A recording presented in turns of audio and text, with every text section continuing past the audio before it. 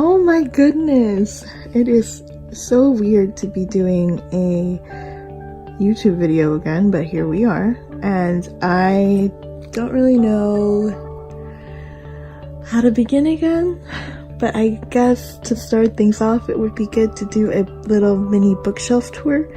So I'm gonna give you a small tour of my singular classics shelf. If you don't know who I am, I'm Maliza, and I have been MIA for years, but I decided that I still read, and no commitment necessary, but maybe it's time to take a little journey back to the booktube world. I've missed it, so hi. I have privated all my past videos, and they're not gonna go back to public anymore, but here's a new chapter. So I think in every beginning of a new chapter, at least in the booktube sense, I think it would be good to do a little bookshelf tour. So we're gonna do a tour of my classics. So kind of when Barnes & Noble does their classic sale, I kind of go a little crazy and I black out a little bit, and I buy so many books. But at the top here we have 3 books. Pride and Prejudice up top, by Jane Austen, of course. Arthur Conan Doyle's The Adventures of Sherlock Holmes, and Grimm's Fairy Tales. Do people still do bookshelf tours? I have no idea. It's making me really nervous right now to be doing a bookshelf tour. Okay, so up top here we have Night and Day by Virginia Woolf, and these are all Barnes & Noble classics. So there you go. I have The Ambassadors by Henry James, and let me tell you, I have not read any of these. The Beautiful and the Damned by F. Scott Fitzgerald. I have Pudd'nhead Wilson and Those Extraordinary Twins by Mark Twain. I'm not big on American literature, but I think I just got these on sale. And then I have A Connecticut Yankee in King Arthur's Court by Mark Twain. And I have The Legend of Sleepy Hollow by Washington Irving. So these books I've gotten during their summer sale. I know, it's insane. It's kind of crazy how I'm back. I bought so many books. I spent $300 on these, but they're great. They're great books. And I kind of have to double stack them because I'm moving, and I haven't got my big shelf yet, so working on that. I have Wuthering Heights by Emily Bronte. I have The Age of Innocence by Edith Wharton. I said I haven't read any of these. I have The House of Mirth by Edith Wharton. Les Miserables by Victor Hugo. We have The Portrait of a Lady by Henry James. Is it Henry James too who wrote The Turn of the Screw? Or am I overthinking things? I don't know. I don't read YA anymore. I still have all my YA books, but I quit. I don't really quit. I just kind of grew out of it. But I still have those books, so maybe we'll take a tour of those. But I have so many books now, it's kind of crazy. I have Women in Love by D.H. Lawrence. Crime and Punishment by Fyodor Dostoevsky. Did I say that right? Okay, I think at this point in life, you really have to read a book at the right time. I don't necessarily believe that you should put down a book and never pick it back up again. And then I have Tess of the D'Urbervilles by Thomas Hardy. I heard this was really depressing. I heard so many stories about Thomas Hardy. It's kind of crazy, but yeah. I have Villette, I think I'm saying that right, by Charlotte Bronte.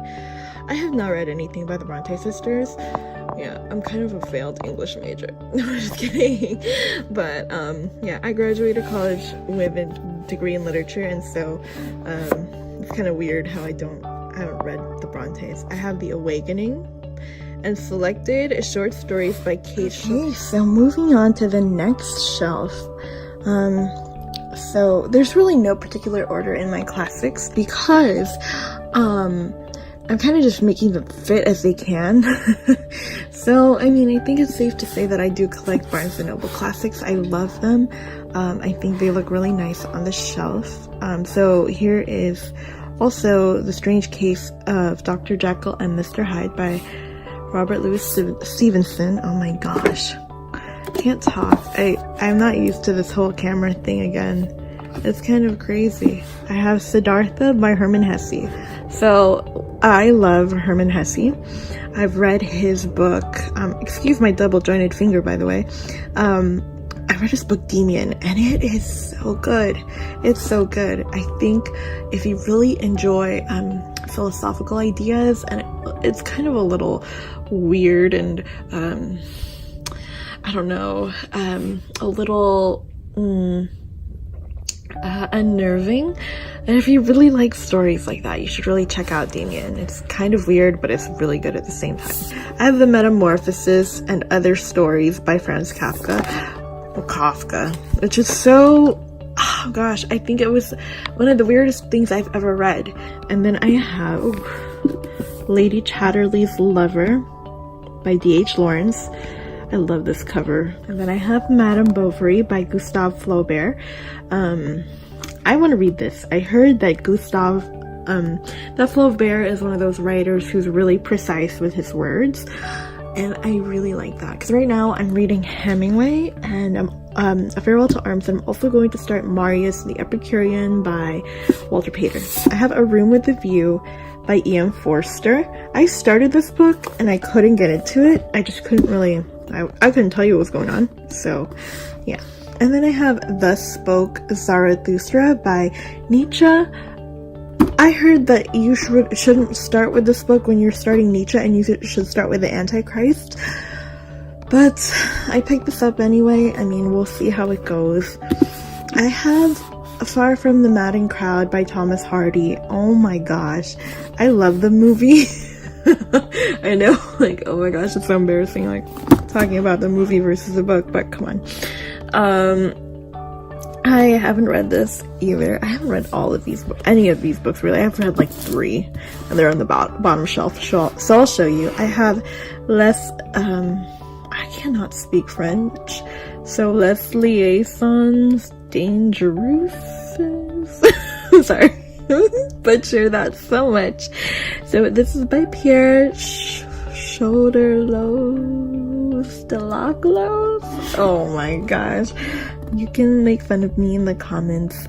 If I get comments. I know how YouTube works. It's probably not gonna get any comments. I have the collected stories of oh my gosh, I can't even see, of Guy de Maupassant. I love this guy, but I haven't really read this book itself, but I've read some writings and I like him. I have Don Quixote by Miguel de Cervantes. I heard that it's really funny, but maybe it's not as comedic anymore now that we're in the 21st century, and this was written like in the 15th century. I don't know, 15th, 16th. I don't really know, but yeah. And then going over to this side, I have, and some of these have gotten water damage because I'm stupid and I had my, what do you call it? My humidifier leaking. The Count of Monte Cristo by Alexander Dumas. Moby Dick by Herman Melville. I think Melville is one of those writers who are really, really weird, and you kind of just have to go along with what he's saying. I could be totally wrong, but yeah, here's Moby Dick. Oh my God. Vanity Fair by William Makepeace Thackeray. I heard that Thackeray is one of those people you really shouldn't be reading anymore, but I could be wrong too. So I've been listening to these podcasts on Spotify, and they're really good. It's called overdue, and I also listen to the history of literature, so those are really great. Oh my gosh, is that water damage on the back? Oh god, I'm gonna kill me. Anna Karenina by Tolstoy. This is long too. Like, ugh, look at these giant books. They're giants. Oh my gosh, another giant one. War and Peace by Leo Tolstoy. I wonder if I like it. Is this longer than Don Quixote? I feel like it is. And then I have Daniel Deronda by George Eliot. I love George Eliot. I heard that this novel is not her best one. I could be wrong, but yeah. I read Middlemarch, that's why. Okay, so that takes care of this second shelf. We're gonna go on to our last one. Gosh, so we finally made it to the bottom shelf.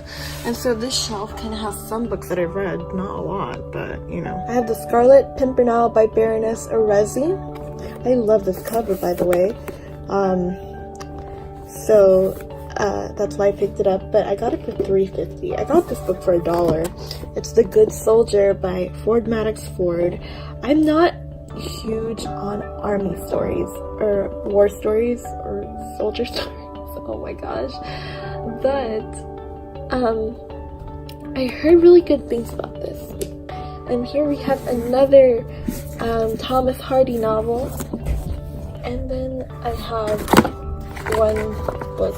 I got this from the Philippines actually, and I kind of want to replace it. It's called The Scarlet Letter by Nathaniel Hawthorne. I want the Barnes & Noble edition, but I don't know. I have the picture of Dorian Gray. I used to love and swear by this book. This is probably my introduction to the Victorian era, which is so funny because that's toward the end of the Victorian era, but I love Oscar Wilde, and I love the picture of Dorian Gray, so you should read it. It's all about aestheticism, but it also has themes of, I guess, slight Faustian themes, but not really, because it's not so much about selling your soul to the devil, but it was kind of like that. But you should really read this. I love this book. I have loved these editions. They're really great. I got all of these for like $5 too. So I have Dracula by Bram Stoker. I hate my camera angles. I'm so sorry. I'm working on it. I have A Tale of Two Cities by Charles Dickens. I've taken a Dickens class, and I've read maybe 3. I've read David Copperfield, Oliver Twist, and Great Expectations. And Great Expectations are my favorite. I don't know about Tale of Two Cities, but we'll see. I didn't love Dickens. I didn't really like him at all. I have Jane Eyre by Charlotte Bronte. Okay. And then I have The Call of the Wild and White Fang by Jack London. I heard some great things about it. I love these books. These are really pretty, aren't they? So I have Uncle Tom's Cabin by Harriet Beecher Stowe. I've read the other book by Harriet Beecher Stowe for class, and yeah, hopefully that one's good. I have The Phantom of the Opera by Gaston Leroux, I'm sorry.